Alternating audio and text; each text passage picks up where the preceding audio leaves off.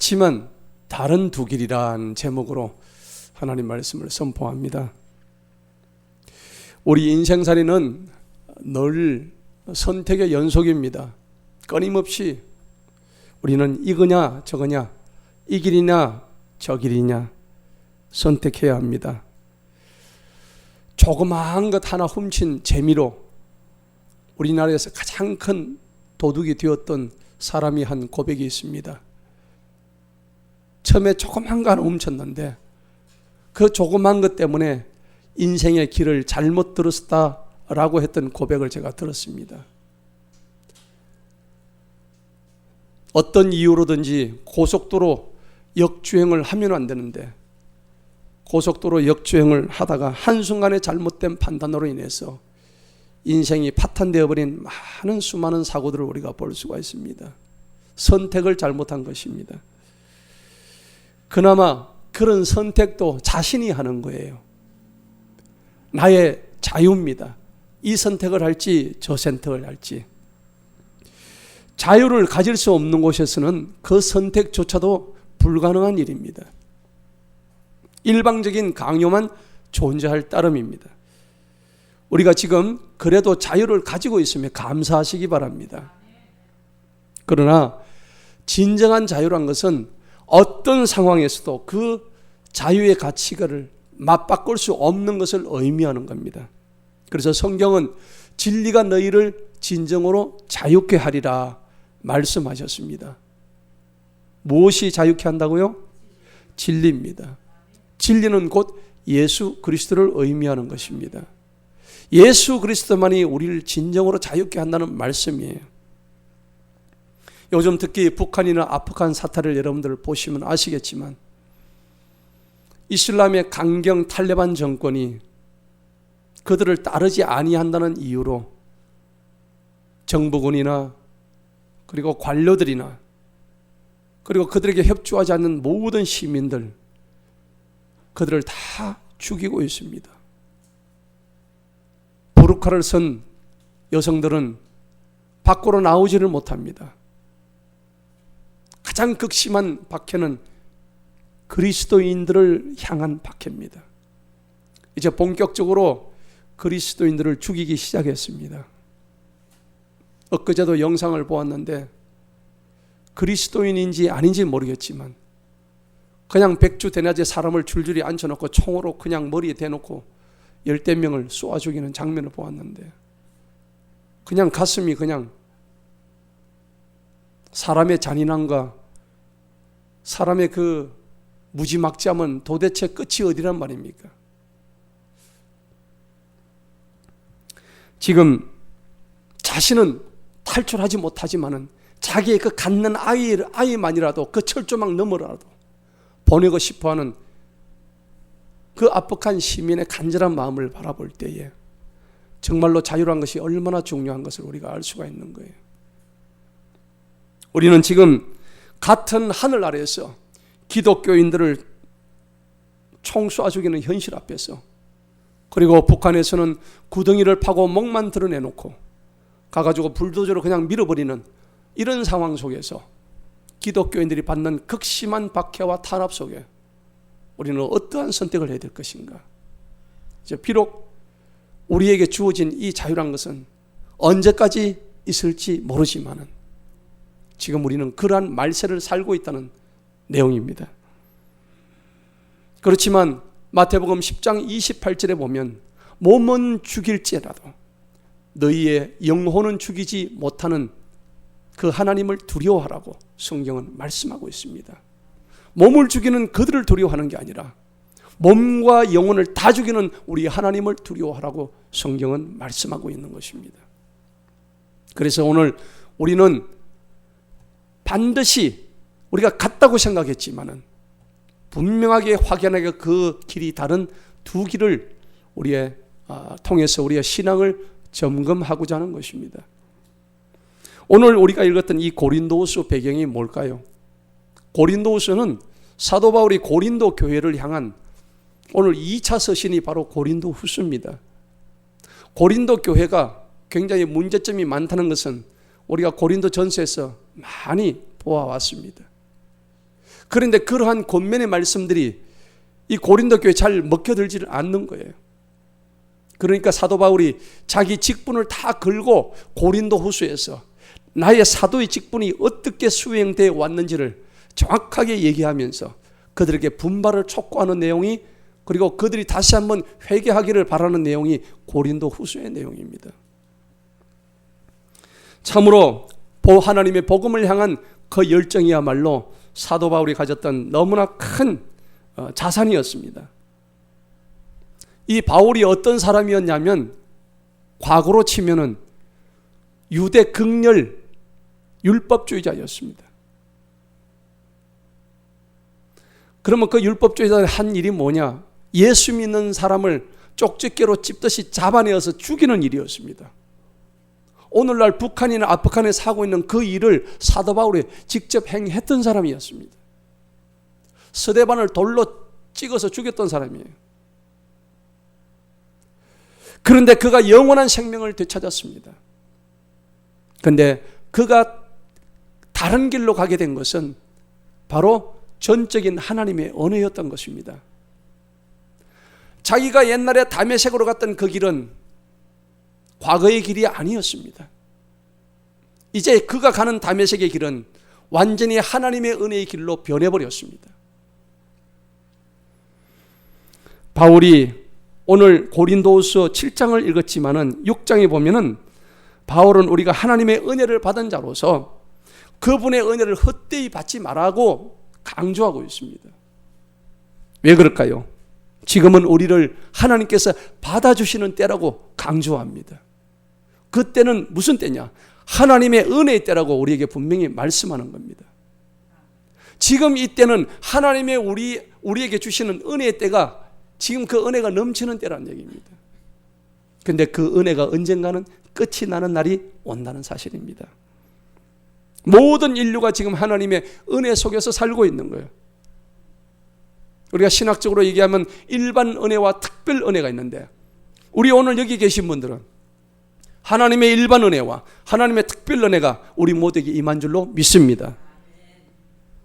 세상에는 너무나 흔한 것이 많습니다. 너무 흔하기 때문에 소중함을 모르는 것들이 많아요. 우리가 물입니다. 공기입니다. 전기입니다. 흔하기 때문에 우리가 그 소중함을 잘 모르는 거예요.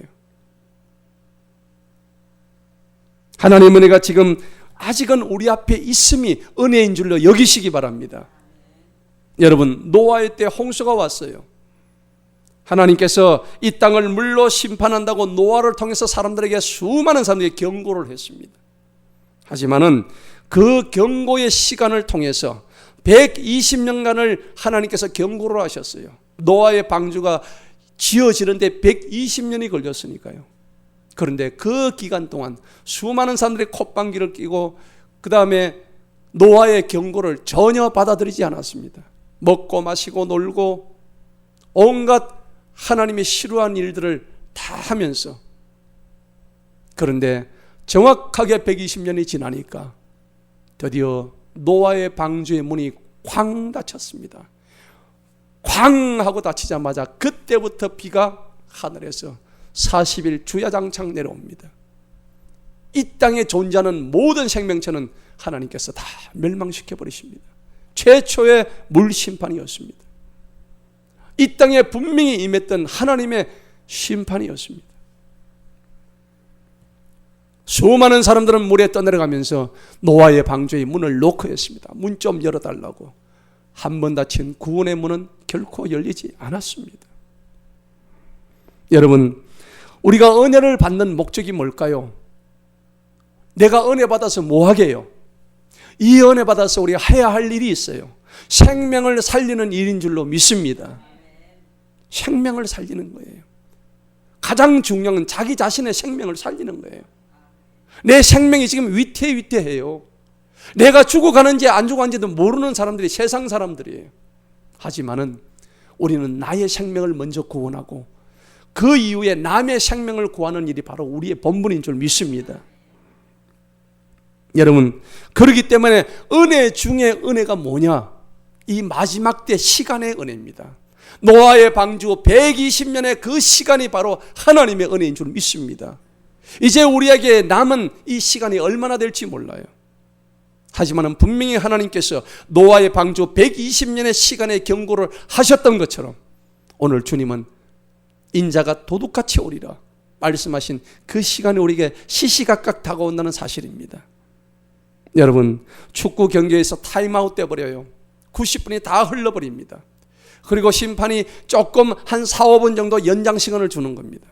그렇지만은 내가 그 연장 시간마저 놓친다면은 내가 골을 넣고 싶어도 아무리 뛰어난 선수가 온다 할지라도 골을 넣을 수가 없는 거예요. 모든 것은 끝난 것입니다. 게임 오버예요. 다 끝난 거예요. 오늘 이 본문 말씀을 볼 때 이 사도 바울 당시와 지금의 우리 경우를 한번 비교해 봅시다. 교회의 핍박과 박해로 치자면 그때나 지금이나 비슷한 상황으로 가지만 사실은 그 당시가 굉장히 더 심했습니다.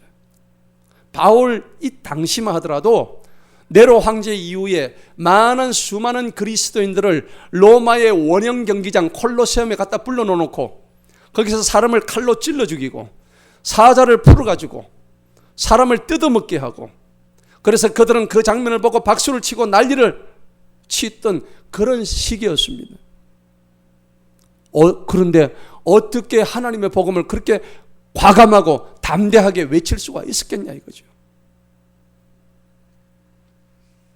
여러분, 지금 우리 눈에 보이는 유형의 교회, 이 지상교회는 때가 되면 다 없어질 것입니다.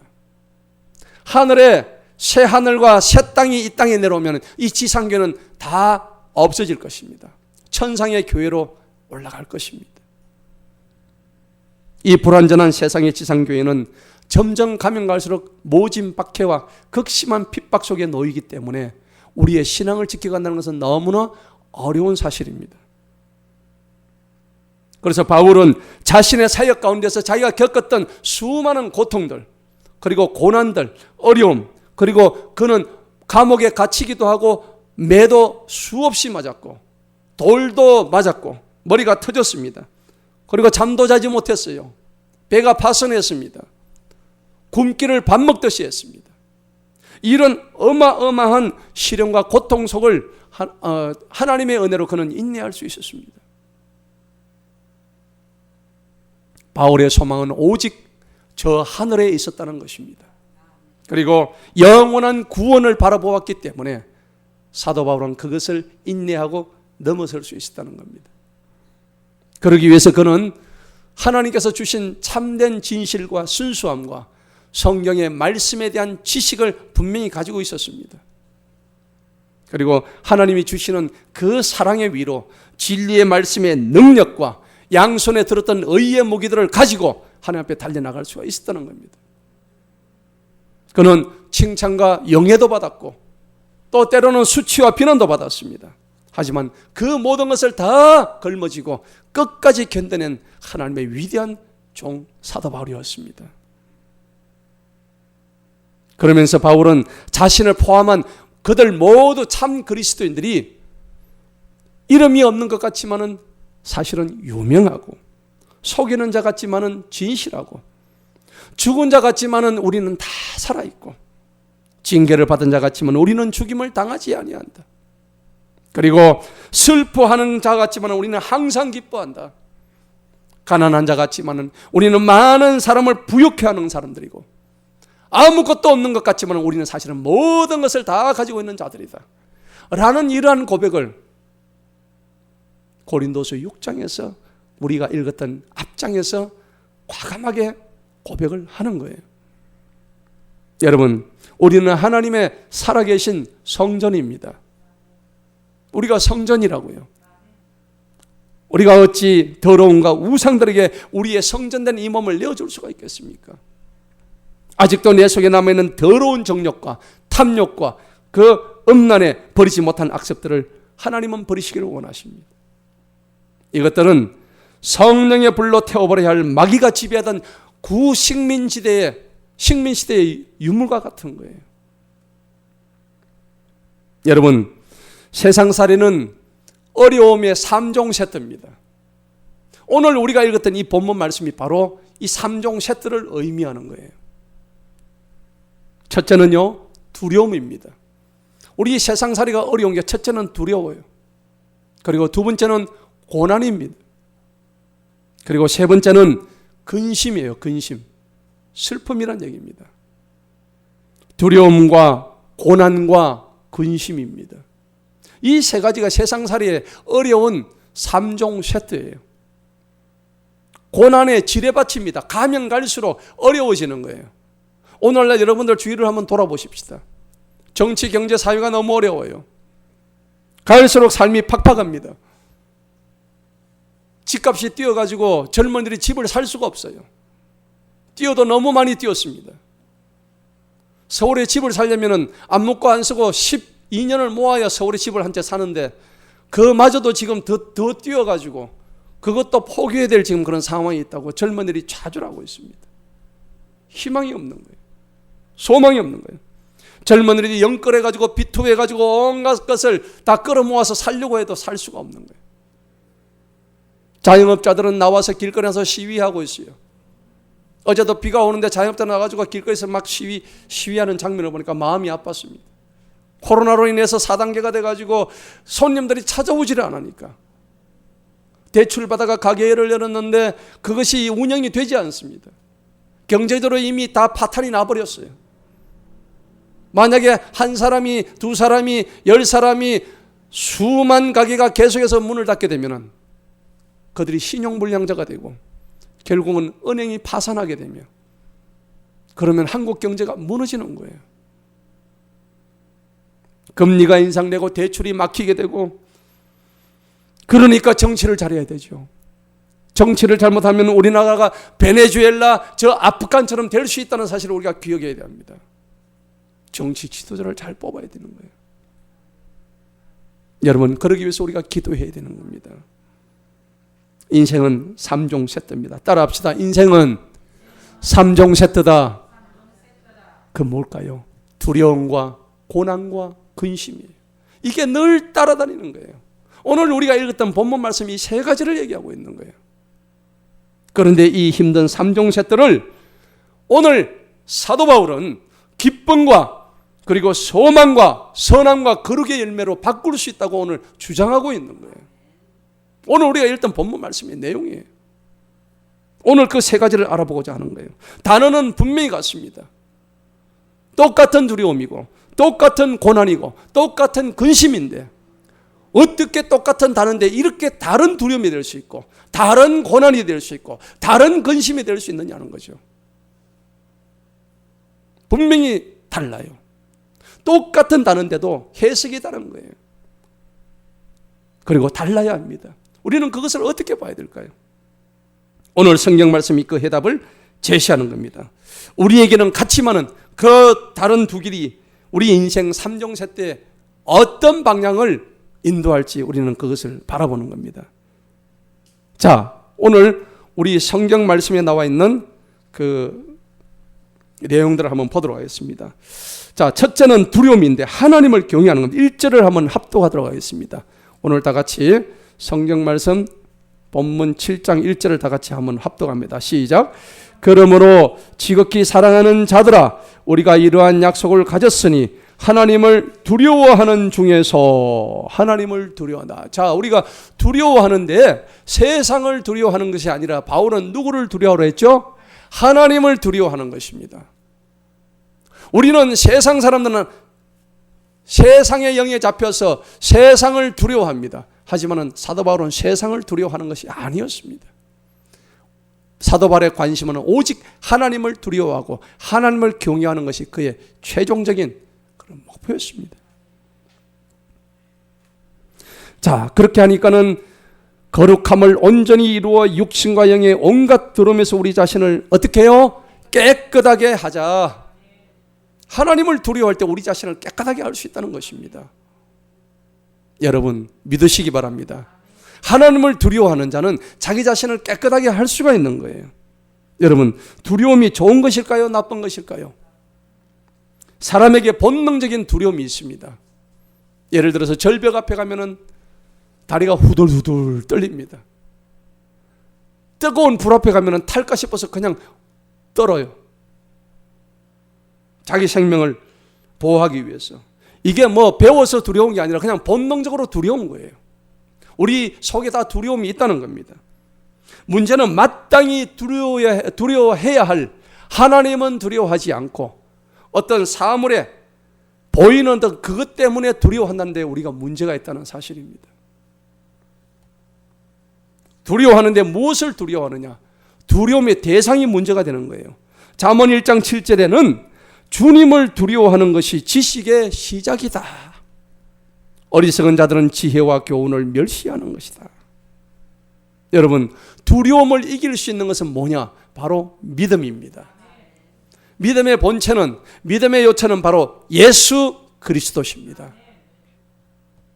그런데 계시록 21장 8절에는 두려워하는 자들이 불과 유황이 타는 호수에 던짐을 받는다고 되어 있습니다. 하나님을 두려워하지 않고 세상을 두려워하는 거예요. 마귀를 두려워하는 거예요. 여러분, 우리는 마귀를 두려워해서는 안 됩니다. 마귀는 싸워서 이겨야 될 그러한 존재입니다. 여러분, 뭘 두려워하십니까? 세상을 두려워하십니까? 그러나 성경은 말씀합니다. 요한복음 16장 33절에 너희가 환난을 당할 것이지만 담대하라, 내가 세상을 이겼노라. 하나님은 우리에게 이렇게 주문하고 계십니다. 그래서 신앙의 기본은 오늘 잠언의 1장 7절의 말씀처럼 여호와를 경외하는 것이 지혜의 근본이다 하는 것입니다. 여호와를 경외하는 것은 사람으로 하여금 생명에 이르게 한다고 잠언 19장 23절에서 말씀하는 겁니다. 그런데 나쁜 두려움이 있어요. 이 나쁜 두려움은 누가 주느냐면 사단과 마귀가 주는 거예요. 하나님을 만나지 못하게끔 방해하는 두려움입니다. 이게 어둠의 세력이 우리한테 가져다 주는 아주 공포스러운. 근데 이게 두려움이 한번 찾아오면 이게 감당이 안 된다더라고요. 여러분 어떨까요? 경험해 보셨죠? 이 두려움에 눌리게 되면 어떤 힘도 자기를 이렇게 극복할 수 없게 되는 거예요.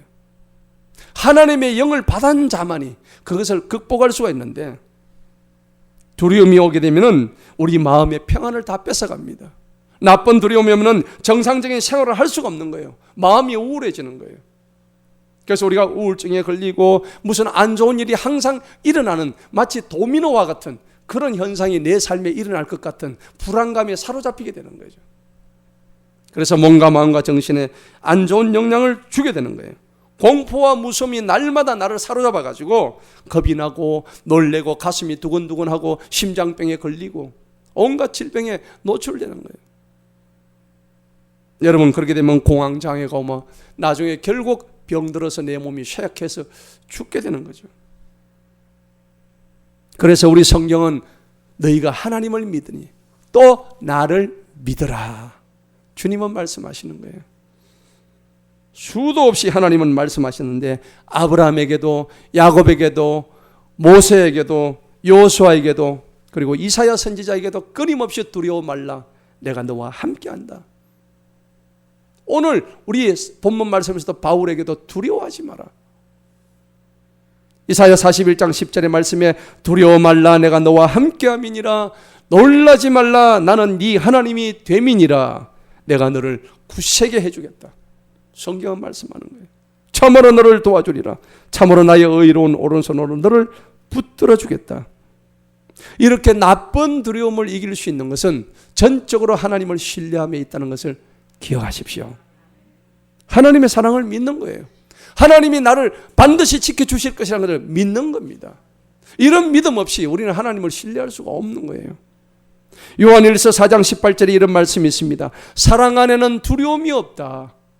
하나님의 사랑 안에는 두려움이 없대요. 온전한 사랑이 두려움을 내어 쫓나니 두려우면은 형벌이 있습니다. 두려워하는 자는 사랑 안에서 온전히 이루지 못하였느니라. 성경은 말씀하고 있습니다. 온전한 사랑이 두려움을 내어 쫓아준대요. 하나님이 나를 사랑한다고 사랑하신다고 믿으면 두려움이 다 물러갈 수가 있습니다. 여러분 하나님을 사랑하시기 바랍니다. 하나님을 믿으시기 바랍니다. 그리고 그 하나님으로부터 내가 세상에서 가졌던 모든 공포와 두려움을 주님을 신뢰함으로 인해서 다 쫓아내는 역사가 나타나기를 축원합니다. 여러분, 오늘 4절을 보시기 바랍니다. 4절을 보니까는 너희를 향하여 말하는 나의 담대함도 크고, 두려워함이 하나님을 두려워하기 때문에 담대함이 크답니다. 너희에 관한 나의 영화 너만하나 내가 우리의 모든 환난 중에서도 위로로 충만해졌고 기쁨이 넘치는도다. 모든 환난이 찾아오는데도 불구하고 하나님의 위로가 나에게, 나의 삶에 다가와서 나의 삶 자체가 아주 충만해지는 거예요. 여러분, 그러한 일들이 넘치시기를 축원합니다. 그리고 뭐예요? 기쁨이 넘친다고 되어 있습니다. 여러분, 기쁨이란 것이 내가 진정으로 좋아하는 상황에서 기쁨이 넘치는 것과 내가 기뻐하지 못할 상황에서도 기뻐하는 것은 엄청난 차이가 있습니다. 그래서 빌립보서 4장 4절에는 주 안에서 항상 기뻐하라고 말씀하십니다. 항상 기뻐하는 것은 네가 좋을 때나 나쁠 때나 슬플 때나 기쁠 때나 어느 때든지 네가 항상 주님을 기뻐하는 것이 너희의 힘이라고 느헤미야 8장 10절에서 말씀하시는 거예요. 여호와를 기뻐하는 것이 너희의 힘이래요. 할렐루야. 여러분, 그것이 하나님의 사랑입니다. 하나님은 우리에게 어떻게 찾아오셨을까요? 성탄의 사건이 하나님의 사랑으로 이루어졌습니다. 예수님이 하나님께서 인간의 몸을 입고 이 땅에 오신 성탄의 사건이 바로 하나님의 사랑을 이루는 역사적인 사건이었습니다. 십자가 사건은 하나님의 사랑을 우리를 향해서 극명하게 나타내 주신, 우리를 죽음으로써 사랑하신 가장 극명한 사건이었습니다. 그러므로 우리는 예수님으로 말미암아서 두려움을 없애고 하나님을 잘 섬길 수가 있는 것이에요. 나쁜 두려움은 사라지게 하고 좋은 두려움으로 무장하는 저와 여러분 되시기를 축원합니다. 자, 두 번째는 고난에 대한 이야기입니다. 5절에 보니까 고난에 대한 두 번째 이야기가 나오고 있습니다. 다 같이 한번 읽어봅니다. 시작. 이는 우리가 마게도니아에 이르렀을 때 우리의 육신은 편하지 못하였고 사방으로 뭘 당해요? 고난을 당하였으니 밖으로는 싸우며 안으로는 두려움이었기 때문이라. 자, 인생의 어려운 3종 세트 중에 첫 번째는 두려움이었지만 오늘 두 번째 보니까 이 사도 바울도 똑같이 고난을 당했다는 얘기입니다. 고난을 어디서 당했을까요? 사방으로 당했대요. 사방. 아무리 이쪽 저쪽 둘러봐도 자기를 도와줄 곳은 없는 거예요. 여러분, 사방을 둘러봐도 팔방을 둘러봐도 나를 도와줄 수 없을 때는 어디를 쳐다봐야 됩니까? 하늘을 뚫려 있습니다. 사방팔방 막혀 있어도 하늘은 항상 열려 있습니다. 앞뒤 좌우 살피지 마시고 내 위에 뚜껑이 열려있는 저 하늘을 쳐다보시기를 간절히 축복합니다. 사도 바울은 육신이 편하지 못했습니다.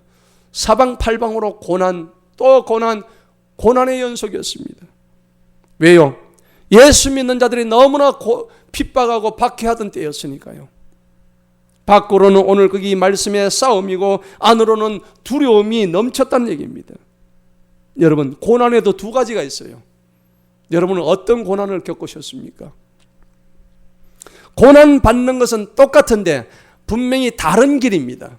오늘 사도 바울이 겪었던 고난과 세상 사람들이 내가 예수 믿기 전에 겪었던 그 고난의 길은 다른 거예요. 오늘 그것을 두 가지를 얘기하고 있습니다. 오늘 설교 제목이 그거예요. 단어는 같지만 다른 두 길. 고난이란 단어는 똑같지만 종류가 다른 그 고난의 길을 우리는 선택해야 됩니다. 베드로전서 2장 20절입니다.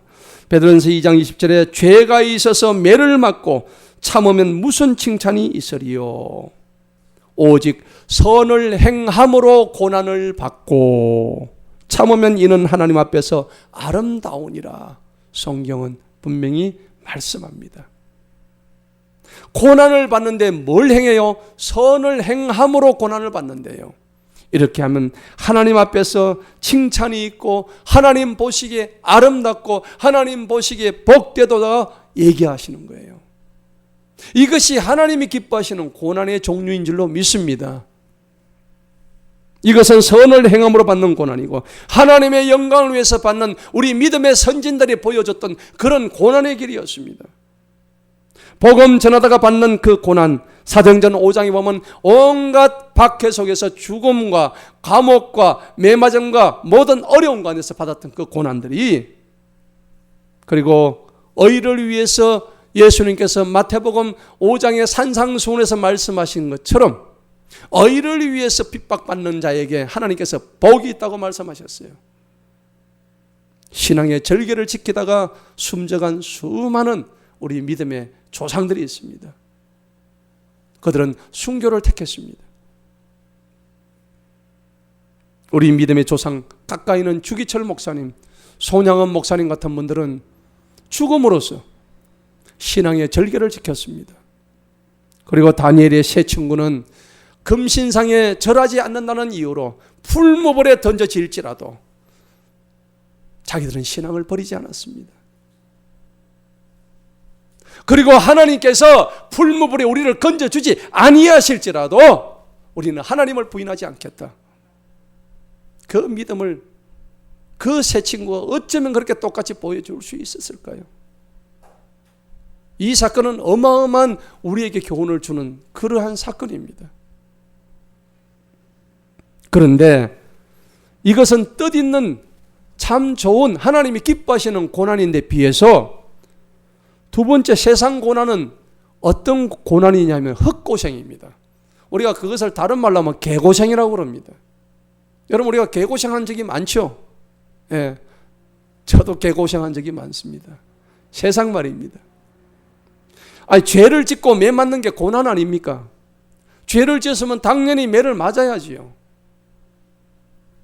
요나가 불순종하다가 큰 물고기 뱃속에 들어가가지고 고생을 했습니다. 하나님께서 니느웨로 가라고 했는데 왜 다시스로 가다가 그렇게 제비 뽑혀가지고 바다 위에 던져서 죽을 고비를 넘기냐 이거죠. 맞을 짓을 한 거죠. 다윗은 왜 멀쩡한 남의 아내를 건드리다가 그렇게 고난을 당했느냐 이겁니다. 고난이 다 같은 고난이 아닙니다. 뜻이 있는 고난이 있는가 하면은 죄를 짓고 매 맞는 헛고생이 있는 거예요. 여러분, 쓸데없는 헛고생을 하지 마시기를 간절히 바랍니다. 선을 행함으로 받는 고난은 오히려 여러분 감사하시기 바랍니다. 하나님께 영광이 되고 천국의 상급이 될 것입니다. 6절을 보시겠습니다. 그럼에도 불구하고 낙심한 자들을 위로하시는 하나님께서, 여러분, 하나님은 선을 행하다가 낙심한 자들을 어떻게 하셔요? 위로하시는 거예요. 여러분, 지금 많이 힘들고 계십니까? 많이 힘드십니까? 하나님의 위로를 받으시기 바랍니다. 여러분들이 하나님의 위로를 받는 방법이 있습니다. 여러분들의 소망을 이 땅에 두지 않는 것입니다. 우리의 소망을, 참된 소망을 하늘에 두는 것입니다. 이 땅에 두게 되면 이 땅에서 우리가 다 이룰 수가 없어요. 하다 보면 조금 더 해야 되고 조금 더 해야 되고 많이 힘든 것입니다. 7절을 보시겠습니다. 우리가 그뿐만이 아닙니다. 우리가 서로를 위로하는 거죠. 그가 온 것뿐만 아니라 그가 너희에게서 받은 위로로 위로하되 너희의 사모함과 너희의 애통함과 나에 대한 너희의 뜨거운 마음을 우리에게 전하여 주므로 내가 더욱 기뻐하였느니라. 너희가 무엇을 사모하느냐? 이게 바로 천국 소망에 대한 사모함입니다. 여러분, 우리 신앙생활에서 천국을 사모하지 않으면 우리의 신앙은 헛것입니다. 열매를 맺을 수가 없어요. 그리고 너희 애통함이라 되어 있는데, 여러분, 우리는 죄에 대해서 애통해야 돼요. 죄를 지었는데 그 죄에 대해서 애통함이 없다면 참된 신앙인이 아닙니다. 죄를 지었음에도 불구하고 그 죄가 무엇인지, 뭐가 잘못되었고 무엇이 죄인지를 아직도 깨닫지 못한다면 애통함이 있을 수가 없는 거예요. 그래서 예수님께서 산상수훈에서 애통하는 자는 복이 있나니, 할렐루야. 뭐에 대해서 애통해야 돼요? 자기 죄에 대해서 애통해야 되는 거예요. 내 죄에 지금 애통해야 되는 거예요. 여러분, 죄가 뭘까요? 여러분, 죄가 뭔지 곰곰이 생각해 보십시다. 죄는 여러분 어렵게 생각하지 마세요. 성경에서 죄란 것은 딴 게 아닙니다. 하나님을 떠나는 게 곧 죄입니다. 하나님을 떠나는 것이 죄이기 때문에 우리가 마음속에 내가 아무리 선한 일을 한다 할지라도 하나님이 안 계시면 그것은 바로 죄라는 겁니다. 8절을 보시겠습니다. 8절에 보니까 이는 내가 편지로 너희를 슬프게 한 것을 후회하였으나 지금은 후회하지 아니하노니 이는 그 편지가 잠시만 너희를 슬퍼하게 한 줄을 내가 알기 때문이라. 사도 바울의 편지, 고린도 교인들을 향한 이 편지가 저들을 순간적으로 낙심하게 했을지 모르겠지만은, 왜? 바울의 서신의 내용은 이 땅의 것보다 하늘을 바라보라는 그런 내용이 주된 내용이었습니다. 그런데 그 내용들이 고린도 교인들에게 잠시 위로가 되는 것이 아니라 저들을 슬프게 했다면은 문제가 되는 것이죠. 그런데 저들이 느꼈던 그 슬픔이란 것은 잠시 동안의 세상의 기쁨인 거예요. 여러분, 세상의 기쁨은 어떤 겁니까? 잠시면 지나가는 거예요. 조금 있으면 없어질 것들이에요. 사라질 것들이에요. 세상의 기쁨은 그래서 바울이 슬프다고 표현을 했다는 것입니다. 그러니까 우리가 어떻게 해야 될까요? 오히려 기뻐해라. 빌립보서 4장 4절 말씀은 주님 안에서 항상 기뻐해라. 내가 다시 말하노니 기뻐해라. 그 기쁨의 이유가 요한복음 16장에서 잘 나타나는데 뭐라고 했을까요? 너희가 지금은 근심하나 내가 너희를 다시 보리니 아무도 그 기쁨을 빼앗지 못할 것이다. 주님 말씀하셨습니다. 이제 마지막 세 번째입니다. 이 세 번째 3종 세대의 마지막은 뭐냐? 근심입니다. 슬픔입니다. 오늘 우리가 본문에서는 슬픔으로 되어 있지만은 근심이란 말과 같은 얘기입니다. 그래서 오늘 본문 9절 10절에서 나오는 이 내용이 바로 말은 같지만은 다른 것은 바로 슬픔이요 근심입니다. 우리가 세상 살아가면서 많이 슬퍼하고 근심하고 걱정, 염려를 많이 합니다. 자, 9절 다 같이 한번 읽어보겠습니다. 9절 시작. 이제 내가 기뻐하는 것은 너희가 슬퍼하게 된 것 때문이 아니요 오직 너희가 슬퍼함으로 인하여 회개에 이르렀기 때문이다. 너희가 하나님의 뜻대로 슬퍼하게 된 것은 어떤 일에서도 우리로 인하여 너희가 상처를 받지 아니하게 하려 함이니. 아멘. 이 슬픔을 근심으로 바꿔보시기 바랍니다. 자, 그러니까 요한복음 14장 1절에도 우리의 슬픔과 우리의 근심, 이것은 절대 좋지 않다고 얘기했습니다. 요한복음 14장 1절에 너희는 마음에 근심하지 말라. 하나님을 믿으니 또 나를 믿어라. 할렐루야. 우리가 근심하는 순간 우리는 어떻게 될까요? 하나님을 잊어버리는 존재가 되는 거예요. 여러분, 내 마음속에 걱정, 염려, 근심이 계속 찾아오면 어떻게 돼요? 거기에 매여버리고 하나님은 보이지 않습니다. 여러분 경험을 해보셨을 거예요. 하나님을 절대적으로 신뢰한 사람은 근심, 걱정 하지 않습니다. 왜 그럴까요? 마태복음 6장 27절에 너희가 근심하고 염려하고 걱정함으로 너희 키를 한 자라도 더할 수 있느냐? 저는 실제 이런 것들을 제가 경험을 했어요. 과거에는 제가 근심을 좀 했을지 모르지만 제가 근심하는 거하고 하나님한테 맡기는 거 둘 중에 제가 테스트를 해봤어요. 해보니까 제가 근심했던 것보다는 하나님께 맡긴 것이 훨씬 더 많이 완벽하게 완전하게 하나님께서 해결해 주셨음을 저는 믿습니다. 실정적으로 또 그랬었어요. 그렇다고 여러분 근심이 다 나쁜 것은 아닙니다. 사망을 이루는 근심도 있지만은 이와 같이 좋은 근심, 구원에 이르게 하고 회개에 이르게 하는 이런 근심, 하나님 때문에 하는 근심, 하나님의 뜻대로 하는 이 근심을 우리가 가져야 된다는 사실입니다. 똑같은 슬픔이요 똑같은 근심이지만 똑같은 단어지만은 완전히 확연히 다른 이 두 길을 우리가 앞에 놓고 우리는 어떤 길을 택해야 될 것인가 다시 한번 깨달아야 되는 거예요. 여러분, 어떤 근심은 독이 되고 어떤 근심은 우리에게 약이 되는 거예요. 독이 되는 근심은 어떨까요? 자신의 가치를 잃게 만들어요. 내가 누구인지를 정확하게 모르게 되는 거예요. 여러분, 나는 누굽니까? 하나님의 자녀지 않습니까? 아멘? 나는 하나님의 자녀입니다. 따라합시다. 나는 하나님의 자녀다. 나는 하나님의 자녀다. 하나님의 자녀는 하나님의 먹이십니다. 너희는 무엇을 먹을까, 무엇을 입을까, 마실까 하지 마라. 이는 다 너희가 걱정, 염려하지만 내가 그것을 채워주시겠다고 주님 약속하셨습니다. 삶의 방향을 왜곡시키는 이 근심이 결과적으로는 생명이 아니라 사망으로 가게 한다는 사실을 오늘 성경은 말씀해 주고 있는 거예요. 그런데 여러분, 근심을 한번 하게 되면요, 저도 그런 경험이 있지만 눈에 한번 뭐가 씌게 되면은 이게 걷잡을 수 없어요.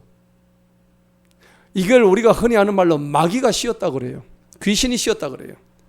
마귀가 하면 딱 눈앞에 씌게 되면은 눈에 보이는 게 없습니다. 계속 잘못된 길로 가게 되는 거예요. 여러분, 그런 경험 해보셨을 거예요. 그런데 내 속에 있는 어둠의 흑암의 세력들을 다 벗겨내고, 그리고 하나님의 영이 내 속에 좌정하게 될 때에 그 흑암의 세력들, 어둠의 세력은 물러갈 줄 믿습니다. 약이 되는 근심은 뭘까요? 약이 되는 근심이라는 것은 자기 본래의 자리를 잃어버릴까, 잃지는 않을까 늘 염려하는 거예요. 나는 하나님의 자녀인데 이 하나님의 자녀의 자리를 내가 혹시나 잃게 되지 않을까 날마다 염려하는 거예요.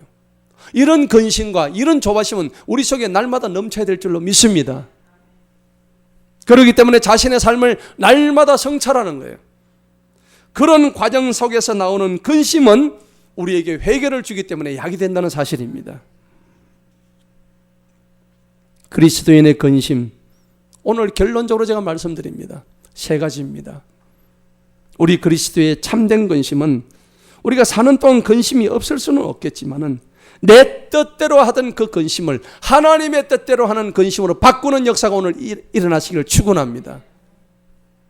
그리스도의 근심이 세 가지가 있는데, 첫째는요, 신앙을 위한 근심이 있어야 됩니다. 참된 신앙을 위한 근심입니다. 이것이 우리 삶에서 늘 넘쳐야 돼요. 세상 근심, 무엇을 입을까 하는, 무엇을 먹을까 하는 근심이 아니라 신앙을 위한 근심이 날마다 있어야 되는 거예요. 이 근심은 나의 삶의 가치관과 목적이 완전히 영적으로 변화되는 것을 의미하는 겁니다.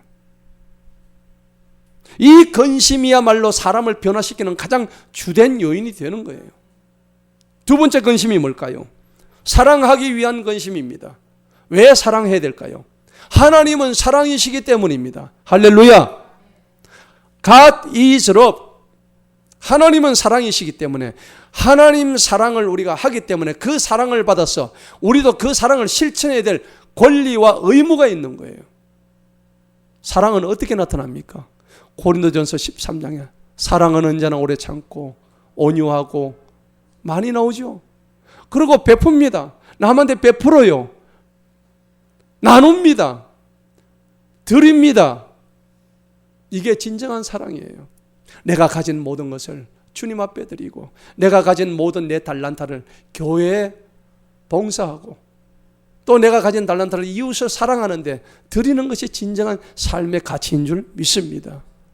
나 혼자 잘 먹고 잘 살고, 나 혼자 뭐 좋은 집 살고 좋은 차 타고, 그게 인생의 전부가 아닙니다. 그렇게 살다가 뭐 하게요? 오늘 살다가 내일 죽을 인생입니다. 우리는 하루살이와 같은 존재예요. 우리는 5분 뒤 10분 뒤 일을 알 수 없는 존재예요. 하나님께서 우리를 부르실 때, 우리가 하나님이 부르시는 심판대 위에 섰을 때, 너는 이 세상에 살면서 나를 위해서 무엇하고 왔느냐? 너는 네 이웃을 위해서 무엇하라고 왔느냐? 너는 너 사랑하는 내 이웃을 위해서 너는 무엇을 도대체 하고 왔느냐? 물으실 때에 하나님 곰곰이 생각해보고 나는 한 것이 아무것도 없네요. 이런 자가 되지 않으시기를 간절히 바랍니다. 사랑하기 위한 근심은 이기적인 그런 근심이 사랑의 근심, 거룩한 근심으로 바뀌는 것을 의미하는 것입니다. 내 마음속에 있는 더러운 욕심들, 추함들을 다 내려놓고 이제는 잃어버린 영혼을 향한 사랑의 근심, 죄악과 질병과 가난과 어려움에 처해진 우리 형제들을 위한, 우리 그런 자매들을 위한 사랑의 눈길인 줄로 믿습니다. 여러분 주변을 돌아보시기 바랍니다. 나보다 힘들고 어려운 자들이 얼마나 많습니까? 그런 자들에게 눈길을 돌리시기 바랍니다. 그들에게 지갑을 여십시오. 그들에게 사랑을 베푸십시오. 그런 말이 있더라고요. 나이가 들수록 잘 해야 되는 게 뭐냐? 입은 닫고 지갑은 열어라 하더라고요. 그런 자 되시기를 축복합니다. 그 나이가 들면 뭐 잔소리만 늘어가지고 지갑은 꼭 닫고요. 예. 그래서는 안 되는 거예요. 근데 그 말이 진짜 맞는 것 같아요. 나이가 들수록 지갑을 여십시오. 지갑을 열어 돈이 없어요. 지갑을 열 돈이 없어요. 주님께 간구하세요. 하나님, 나 좀 베풀게 돈 좀 주세요. 하나님 주십니다. 그리고 세 번째, 우리가 해야 될, 그리스도인으로서 해야 될 근심은 하나님께 대한 헌신과 충성하기 위한 근심이 되어야 되는 거예요. 그리스도 안에서 나는 죽었다. 그리스도는 나의 구원자시요 나의 주님이시다. 그분은 나의 전부시다 하는 것을 믿고 나의 목숨과 뜻과 정성을 다해서 성품을 다해서 그분을 섬기고 그분의 명을 따라서 사역을 하는 것이 진정한 하나님을 향한 근심인 줄로 믿습니다. 주님은 오늘 결론의 말씀을 통하여서 우리에게 말씀하십니다. 오늘 같은 단어, 세 단어가 있었습니다. 두려움과 고난과 근심. 이 세 가지가 세상적인 두려움, 세상적인 고난, 세상적인 그 근심과 슬픔에서 이제 우리가 진정한 그리스도로 변화된 그런 하나님을 두려워하고 선한 일을 통해서 받는 그 고난을 좋아하고 그리고 하나님께 대한 근심을 날마다 할 수 있는 저와 여러분들이 축원합니다. 세상 근심과 하나님의 뜻대로는 근심은 이렇게 차이가 있는 것을 우리가 알아야 됩니다. 예수님께서 마지막에 십자가를 메고 저 골고다 산성을 향해서 올라갔을 때 여인들이 옆에서 울고 있었습니다. 그러니까 예수님께서 누가복음 23장에서 말씀하시기를 나를 위해서 울지 말고 너희와 너희 자녀를 위해서 울어라. 그렇게 말씀하셨어요. 너희가 지금 나로 인해서는 너희 죄 때문에 너희가 스스로 자복하고 회개하면서 울으라는 얘기입니다. 여러분, 우리의 지금 이 마지막 때에 큰 고난과 환난이 찾아오는데 그것을 통해서 우리를 구원시켜줄, 우리를 구출해줄 가장 좋은 것이 뭐냐? 바로 회개의 눈물입니다. 여러분, 스스로를 다시 한번 점검하고 신앙의 점검을 통해서 오늘 말씀하신 이 세 가지 다른 길들을 가게 될 때 우리가 두려움과 고난과 근심 중에서도 하나님을 향한 전적인 방향 전환을 통해서 승리하는 저와 여러분 되시기를 간절히 축원합니다. 기도하겠습니다.